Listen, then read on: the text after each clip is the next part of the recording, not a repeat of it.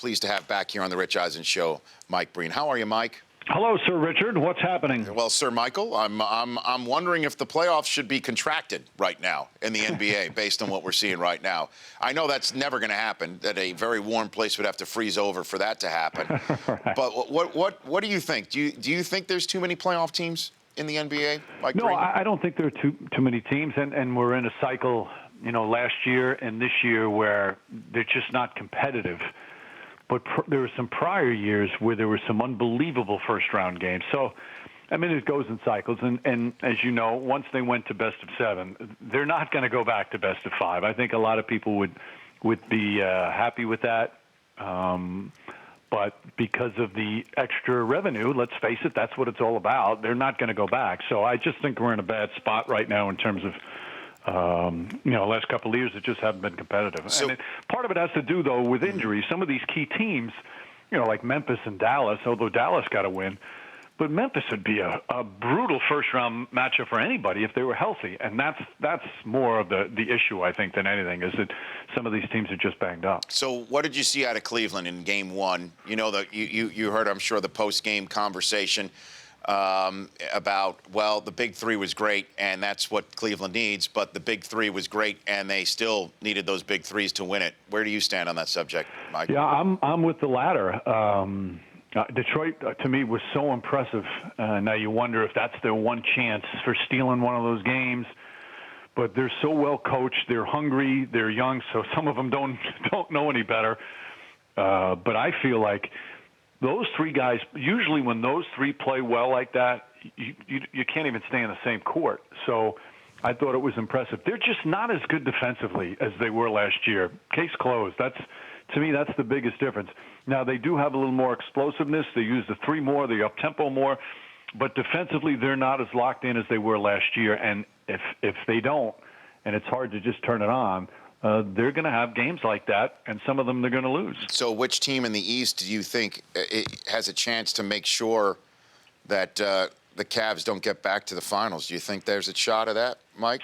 No, yeah, I think it's going to be difficult. They're still obviously the favorite, Rich, but I think Atlanta defensively, they put on a clinic last night defensively, and they've got a little experience. I didn't think they were ready for the big stage last year.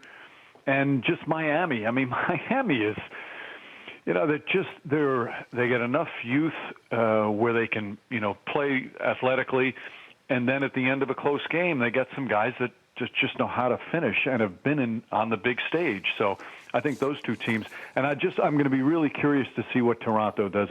I really thought Toronto had taken the step of being a good regular season team, but iffy in the playoffs too. This year they were going to show something. But they have not. They look like they're playing tight a little bit to me, and I'm curious how they play Game 3 in Indiana. It's Mike Breen joining me here on the Rich Eisen Show. So, what about out west? Do you sit Curry for the rest of this series?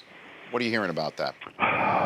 Yeah, I know he wants to play, but I think you just take it easy until you think there's any danger of losing a game or losing a series, and there's certainly not going to be the case in the first round. Even in Houston, I'd be shocked. So I think you just err on the side of caution. Number one, because you want them to be ready for the big games. The second round and the conference finals are going to be bloodbaths. But number two is you don't take any chances with this guy. He's your franchise player for the next 10 years, and if there's any chance of him re-injuring it or making it worse, you can't take that chance with this kid. He's just, he's too important to the organization, and quite frankly, he's too important to the league right now. So I think you really have to err on the side of caution, especially because he's had a history. But his lateral movement, celebrating on the bench, looks to be just fine to me, Mike. Yeah. Well, you tape him up on the bench as well. He's just itching to go on. I'm sure he probably put that on a show and showed a tape in the film room the next day to let them know that he's ready to play. But I know they're going to be extra cautious, and I think that's the right thing. Where are you heading next? What's your next game that you're doing? Detroit, Game 3. Okay. And that's going to be their first home playoff game in 7 years. And as you know, when a team hasn't had a playoff game in a long time and you get that first playoff game, yeah. There's such a wonderful feeling for the fan base. So I can't wait for that because the Piston fans are fantastic. Regardless of what happens in Game 2, they'll be fired up. And then Game 4 in Houston on the Golden State Hit Parade again. Yeah. The greatest show on earth. Well, according to Charles Barkley, I'm sure I don't know if you saw that last night. That should be the series finale because he crossed off games 5, 6, and 7 if necessary on the Turner screen last night. If you yes, saw that. of course. And of course, our guy Jeff Van Gundy has said, in many instances, he would rather see a Golden State scrimmage than play certain teams. So, but let's see how Houston does in Game 3, whether or not Curry plays or not. They've been such a disappointing team. Man, they were so good last year, and this year it's hard to watch sometimes. They just don't even seem to want to be out there together. Exactly, or play defense. I don't know it's dreadful. It's dreadful to see that the olaying that you see sometimes. You know what? But they're toast. And I want to move on to a couple other items right here with you, Mike Breen, on the Rich Eisen Show. What is it like for you to sit between two guys that want to get back in the coaching gig and are apparently interviewing for the same job in Minnesota right now, Mike? Well, it's not beneath me, and I think I'm going to probably make the call this afternoon to call the Timberwolves general manager and just completely make up false rumors about various sordid dealings that these two go on, just so they don't get hired. Because I'll be crushed if they leave. So. They both have coaching in their blood. They both want to coach. I mean, I'd be thrilled for them, but I'd be heartbroken and probably wouldn't speak to them ever again. Which one do you think is more likely to put you down for a reference, Mike? Which one? Neither one if they have hopes of getting the job, because they know I'm going to sabotage it. Yes. They know that's the fact. I'll admit right now I'm very selfish. And I'll do everything I can to prevent them from leaving the broadcast booth. Why don't you throw your hat in the ring, too, and just make the entire booth wanting to get the job of the Minnesota Timberwolves? Why don't you do that, too? Wait a minute. What makes you think they haven't called me yet? Oh, have we just stumbled on a Rich Eisen Show exclusive right now, Mike Breen? Did I just I'm just going to make a statement, and then I'm not going to take any questions about it. That sounded almost... I have already declined their offer to become their next head coach. Okay, there you go. Mike Breen here on the Rich Eisen Show. And what is going on with the Knicks, with the New York Knicks and their next coach, with Phil Jackson and Luke Walton, and he didn't really reach out to him, or he could have tampered, might have tampered. Rambus wants the gig. What are you hearing about it, Mike? Well, quite honestly, anybody who's saying that they know what Phil Jackson has done or is going to do is kind of making it up and just speculating, because I have no idea. I've been doing Knick games for 25 years, and I have a lot of sources in the organization, and I can't find out a blessed thing about what's going on, because he just, he's a different kind of guy in terms of how he deals in these situations, and he doesn't tell anybody anything. He doesn't have these media relationships that many coaches and GMs have. And I think he's just going about his due diligence. Now, to me, I hope that he talks to all these guys, the guys that he knows and the guys that he doesn't know. I think he owes that to the Knicks fans and to the organization to really talk to everybody and see. And maybe they're not in his inner circle. Maybe they're not triangle guys. But maybe you find a connection with somebody that you think could be a great coach, and all of a sudden that relationship's started. Now, if you go through all that, and you decide, okay, I've talked to all these guys, and Kurt Rambis is the guy I decide on, well, because of who he is and what he's done, you have to let it see how it plays out. But I think the key is that just make sure you do your due diligence and talk to everybody that's out there who has potential to be a terrific head coach, and there are quite a few of them out there now. But he's already said, Mike, that I'm most likely going to speak to only people I know. Clearly, he is a triangle guy. So the number of guys that he knows and is willing to run the triangle is a very small group. And if there were other general managers or team presidents who took that approach, Brad Stevens, for instance, wouldn't be the Celtics coach, because Danny Ainge didn't kind of know him from Adam until he saw what he was doing at Butler. Mike, right? Yeah, no, I agree with you. You can't limit yourself. Now, he's also said that even though he said he most likely wants somebody that he has a relationship with, he's also added that it's not paramount. So, he tends to be cryptic. Again, he's very different in the way he says things and deals things. So let's wait and see what he does.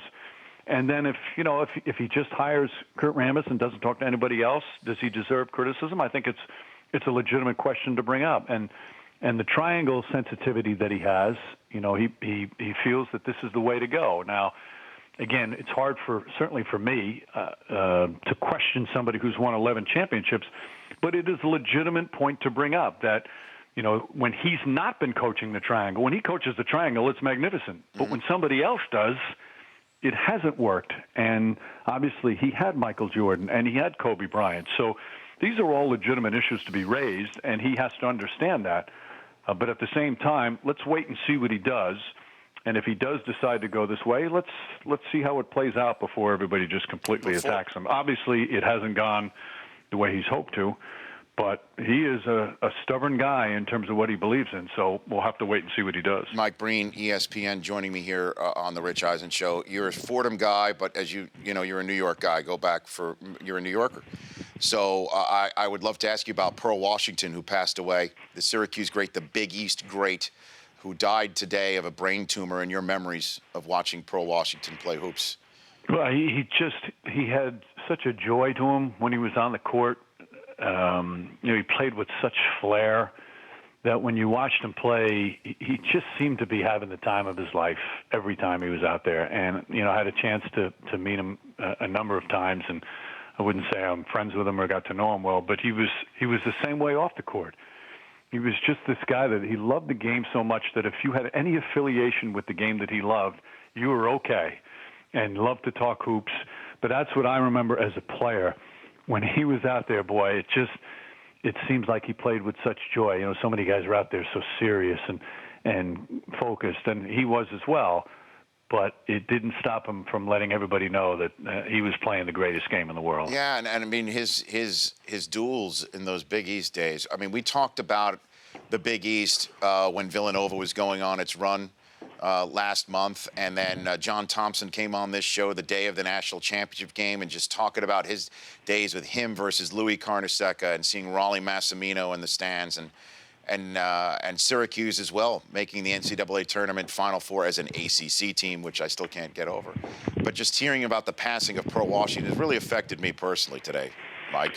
Yeah, because it's somebody that was a part of our joy of the game. Mm-hmm. That's what I find. I mean, many of us fell in love with college basketball. That will be a love affair till the day we die, because of the Big East and because of players like Pearl and Chris Mullin. I mean, you go down the list. And the guy you're sitting next to, Mark Jackson. Absolutely. I mean, I covered Mark in college, and you just couldn't wait for those games and going to the Garden and watching them do battle. And again, it's one of the reasons why we've fallen in love with the game. And it is hard, a man so young and who again, always seemed like he had so much joy. To see him go at such a young age. Mike, thanks for the time. Appreciate it. Look forward to your calls down the line here in the NBA playoffs, and I'd love to have you back on. Anytime, Rich. Love talking to you, bud. Same here. That's Mike Breen. The Rich Eisen Show, weekdays at noon Eastern on Audience.